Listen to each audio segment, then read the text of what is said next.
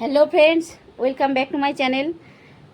আজকে এমন এক রেসিপি তোমাদের শেয়ার করছি, লাঞ্চ বা ডিনার নয়, বিকেলে চায়ের সাথে এই রেসিপি থাকলে চায়ের মেজাজটা জাস্ট জমে যায়। আজ আমার বাড়িতে গেস্ট আসছে, জানো তো বন্ধুরা। তো ওরা আমাকে ফোন করে বলল লাঞ্চ করবে না, শুধু এক কাপ চা খেয়েই ওরা চলে যাবে।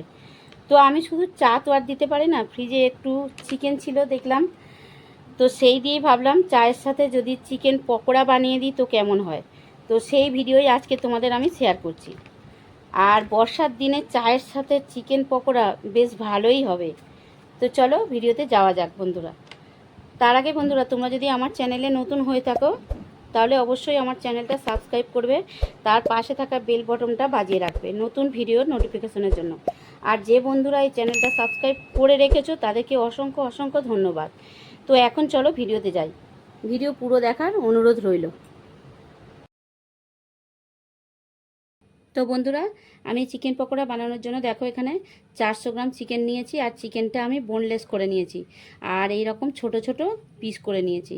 এখন এই চিকেনটার মধ্যে কিছু মশলা ম্যারিনেশন করতে হবে, তার জন্য আমি নিয়েছি দেখো এখানে 1 চামচ থেকে একটু বেশি রেড চিলি পাউডার আছে, আর 1 চামচ হলুদ গুঁড়ো আছে, আর ধনিয়া গুঁড়ো আছে 1 চামচ। এইগুলো সব আমি মাখিয়ে দিচ্ছি এখন। আর দিয়ে দিচ্ছি দেখো, এই যে এখানে নিয়েছি 1 চামচ রসুন পেস্ট, 1 চামচ আদা পেস্ট, আর 2 চামচ পেঁয়াজ পেস্ট আমি নিয়েছি। এগুলো সব মাখিয়ে দিচ্ছি। আর আমি দিয়ে দিচ্ছি দেখো চিকেনটা একটু সফট করার জন্য আমি নিয়ে নিচ্ছি এখানে সয়া সস। তো এইগুলো আমি সব মাখিয়ে দিচ্ছি চিকেনটা সফট করার জন্য। এইভাবে তোমরা সয়া সস দিয়েও করতে পারো, আর যদি পাতি লেবুর রস থাকে তো দিতে পারো। আমার হাতের কাছে লেবু নেই, ওই জন্য লেবু দিচ্ছি না। আর এইগুলো সব আমি খুব ভালো করে চিকেনের সঙ্গে মাখিয়ে রেখে দিচ্ছি। দেখো খুব ভালো করে আমি ম্যারিনেশন করে নিয়েছি। আমি একটা ঢাকা দিয়ে 2 ঘন্টার জন্য ফ্রিজে রেখে দিচ্ছি। 2 ঘন্টা পরে আমি চিকেনটা ভাজবো। তো চলো 2 ঘন্টা পরে আসছি আবারও। তো দেখো বন্ধুরা, 2 ঘন্টা ফ্রিজে রাখার পরে আমি এখন চলে এসেছি। চিকেনটা আবারও ম্যারিনেশন করতে হবে, তার জন্য আমি নিয়েছি দেখো এখানে নিয়েছি চালের আটা। চালের আটা আমি দিয়ে দিচ্ছি একটু মুচমুচে করার জন্য। চালের আটা দিয়ে দিচ্ছি 2 চামচ। আর দিয়ে দিচ্ছি দেখো বেসনটাও আমি 2 চামচ দিয়ে দিচ্ছি। আর আমি দিয়ে দিচ্ছি দেখো অল্প একটু লবণটা আমি তখন বন্ধুরা দিতে ভুলে গেছিলাম, এখন দিয়ে দিলাম। আর দিয়ে দিচ্ছি দেখো একটা ডিম ভেঙে দিয়ে দিচ্ছি। আর এইগুলো খুব ভালো করে আবারও ম্যারিনেশন করে নিচ্ছি। ভালো করে ম্যারিনেশন হয়ে গেছে, এখন চলো পকোড়াটা ভাজতে হবে শুধু। তো দেখো পকোড়া ভাজার জন্য যতটা তেলের প্রয়োজন আমি ততটা তেল দিয়ে দিচ্ছি। তোমরা চিকেন অনুযায়ী তেলটা দেবে। আমার এখানে 400 চিকেন আছে।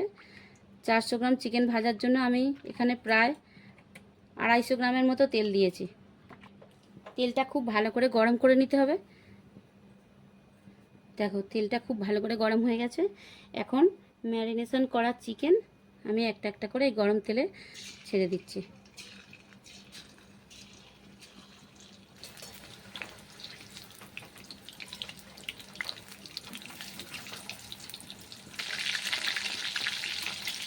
দেখো এইরকম লাল লাল করে ভেজে নিতে হবে।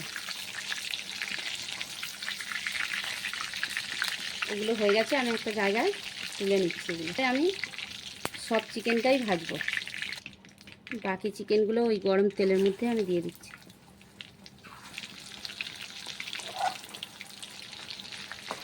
দেখো বাকি চিকেনগুলো আমার ভাজা হয়ে গেছে সব।